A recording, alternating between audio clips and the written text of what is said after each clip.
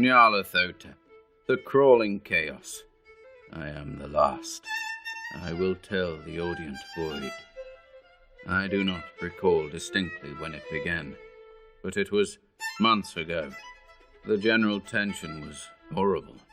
To a season of political and social upheaval was added a strange and brooding apprehension of hideous physical danger, a danger widespread and all-embracing, such a danger as may be imagined only in the most terrible phantasms of the night. I recall that the people went about with pale and worried faces, and whispered warnings and prophecies which no one dared consciously repeat or acknowledge to himself that he had heard. A sense of monstrous guilt was upon the land, and out of the abysses between the stars swept chill currents that made men shiver in dark and lonely places. There was a demoniac alteration in the sequence of the seasons. The autumn heat lingered fearsomely, and everyone felt that the world and perhaps the universe had passed from the control of known gods or forces to that of gods or forces which were unknown. And it was then that Nyarlathotep came out of Egypt. Who he was, none could tell, but he was of the old native blood and looked like a pharaoh. The Fellaheen knelt when they saw him, yet could not say why. He said he had risen up out of the blackness of 27 centuries, and that he had heard messages from places not on this planet.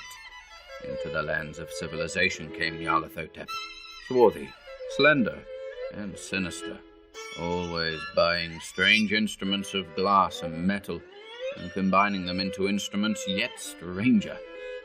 He spoke much of the sciences, of electricity and psychology, and gave exhibitions of power which sent his spectators away speechless, yet which swelled his fame to exceeding magnitude.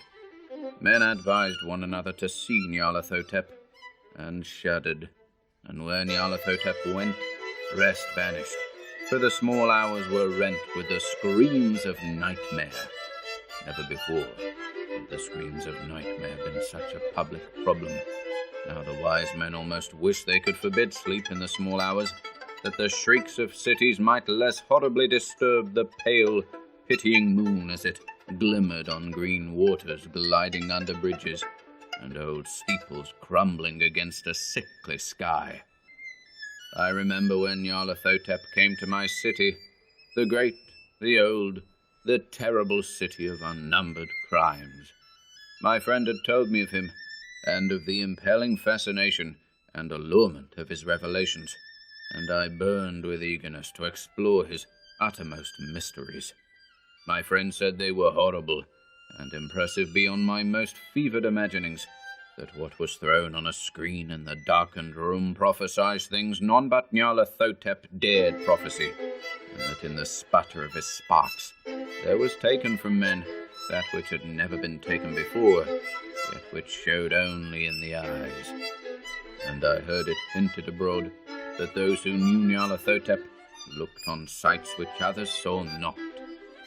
It was in the hot autumn that I went through the night with the restless crowds to see Nyarlathotep, through the stifling night and up the endless stairs into the choking room, and shadowed on a screen I saw hooded forms amidst ruins, and yellow, evil faces peering from behind fallen monuments, and I saw the world battling against blackness, against the waves of distraction from ultimate space, whirling, churning, struggling around the dimming, cooling sun.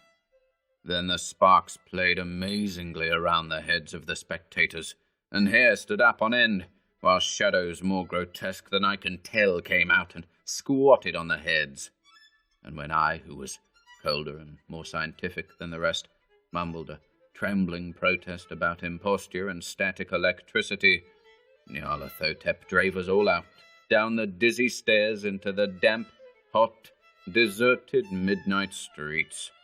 I screamed aloud that I was not afraid, that I never could be afraid, and others screamed with me for solace. We swore to one another that the city was exactly the same, and still alive, and when the electric lights began to fade, we cursed the company over and over again, and laughed at the queer faces we made.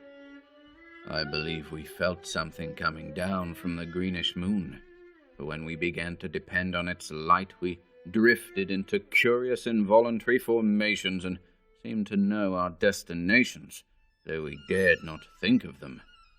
Once we looked at the pavement and found the blocks loose and displaced by grass, with scarce a line of rusted metal to show where the tramways had run. And again we saw a tram-car, lone, windowless, dilapidated, and almost on its side.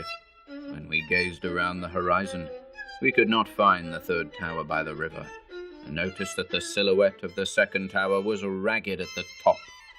Then we split up into narrow columns, each of which seemed drawn in a different direction. One disappeared in a narrow alley to the left, leaving only the echo of a shocking moan. Another filed down a weed-choked subway entrance, howling with a laughter that was mad. My own column was sucked toward the open country, and presently felt a chill which was not of the hot autumn, for as we stalked out on the dark moor, we beheld around us the hellish moon glitter of evil snows. Trackless, inexplicable snow swept asunder in one direction only, where lay a gulf all the blacker for its glittering walls. The column seemed very thin indeed, as it plodded dreamily into the gulf. I lingered behind, for the black rift in the green-litten snow was frightful, and I thought I had heard the reverberations of a disquieting wail as my companions vanished, but my power to linger was slight. As if beckoned by those who had gone before, I half floated between the titanic snowdrifts, quivering and afraid, into the sightless vortex of the unimaginable. Screamingly sentient, dumbly delirious, only the gods that work and tell. A sickened, sensitive shadow writhing in hands that are not hands, and whirled blindly past ghastly midnights of rotting creation, corpses of dead worlds with sores that were cities, charnel winds that brush the pallid stars and make them flicker low. Beyond the worlds, vague ghosts of monstrous things, half-seen columns of unsanctified temples that rest on nameless rocks beneath space and reach up to dizzy vacua above the spheres of light and darkness. And through this revolting graveyard of the universe, the muffled, maddening beating of drums, and thin, monotonous whine of blasphemous flutes from inconceivable, unlighted chambers beyond time, the detestable pounding and piping, whereunto dance slowly, awkwardly, and absurdly the gigantic, tenebrous, ultimate gods, the blind, voiceless, mindless gargoyles whose soul is Nyarlathotep.